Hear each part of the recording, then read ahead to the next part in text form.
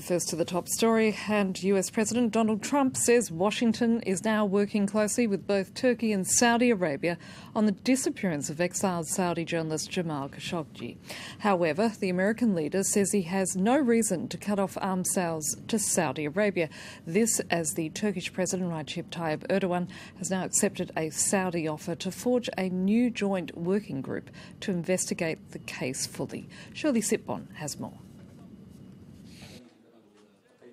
Jamal Khashoggi has disappeared, but journalists want to keep him in the limelight, like in this TV debate he was scheduled to attend.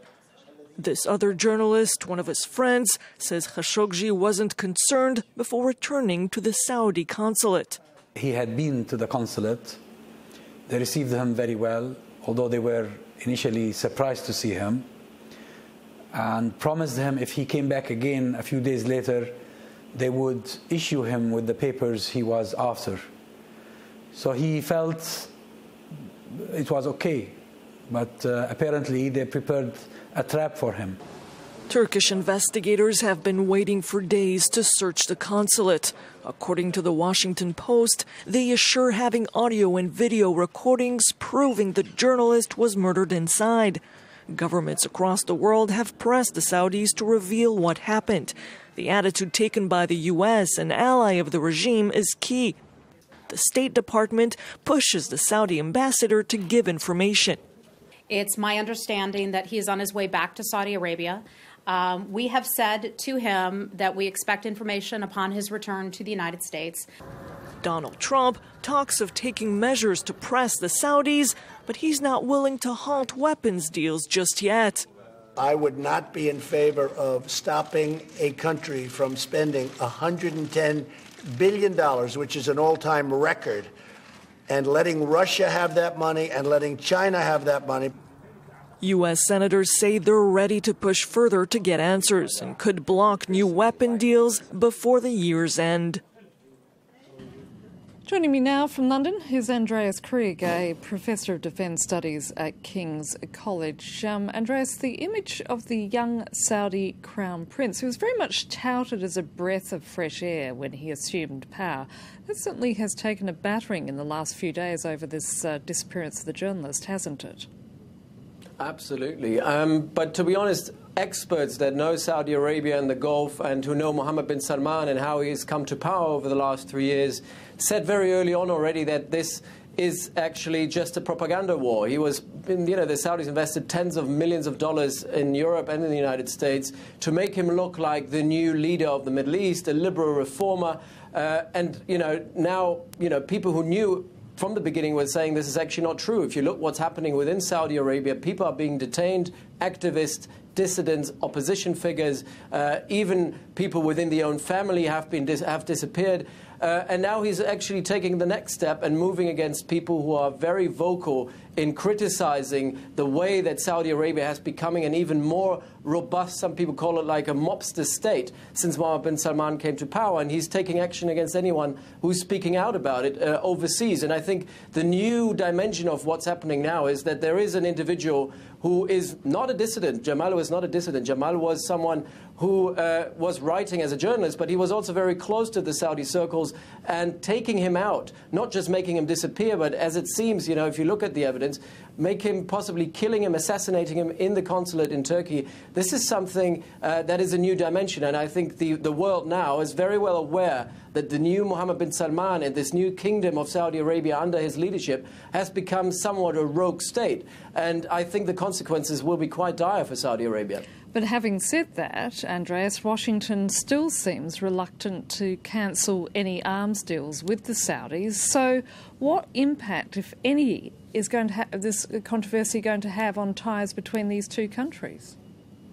No, I think this is going to have an impact on the US-Saudi relationship. But we have to understand one thing. The Trump administration has been quite adamant from the beginning, from the Riyadh summit last year in 2017, that they are not there to tell people how to lead their country. So it is a value-free foreign policy which is based on interest. And I think that's what Donald Trump said yesterday today, no, actually it was yesterday, when he was saying, you know, we can't do without the $110 billion worth of arms deals. It's very much interest-based.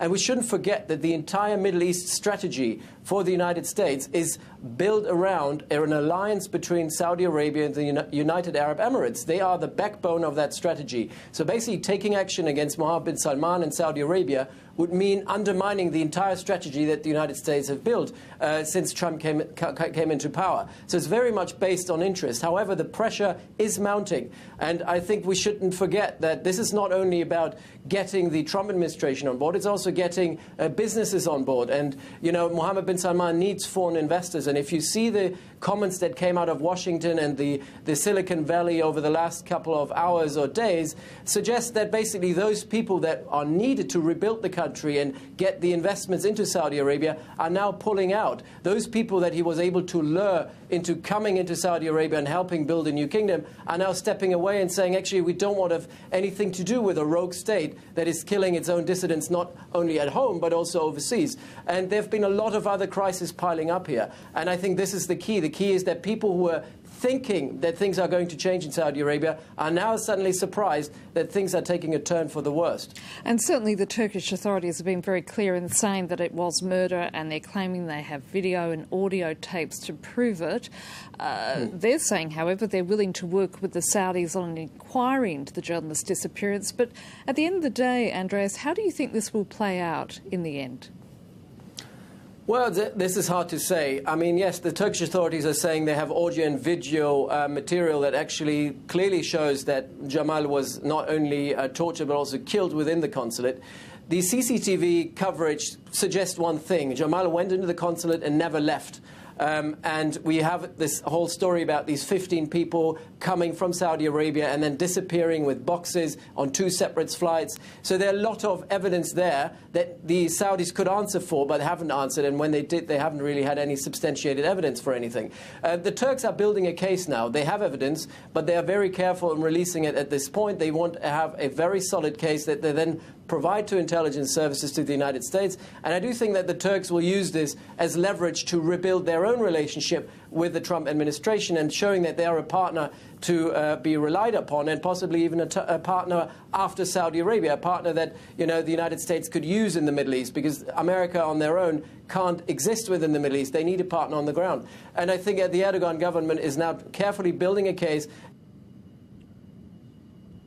has actually killed one of their own and has taken this kind of very severe action. And then hopefully, you know, at least that's the hope in Ankara, you know, that they will be able to use this to mend relations with the Trump administration in Washington.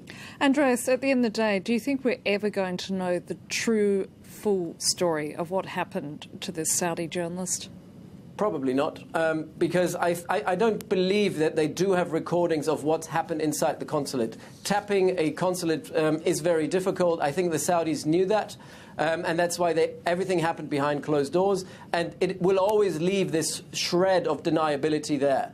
But to be honest, you don't always need, if you look at how you build cases in court, the evidence that is there now is overwhelming. The fact that Jamal has not reappeared, you know, the boxes, the individuals that came in there. If you look at that evidence, there is a very strong case there for the world to see that Saudi Arabia was involved in this. But 100% proof of what happened inside is probably very difficult to produce.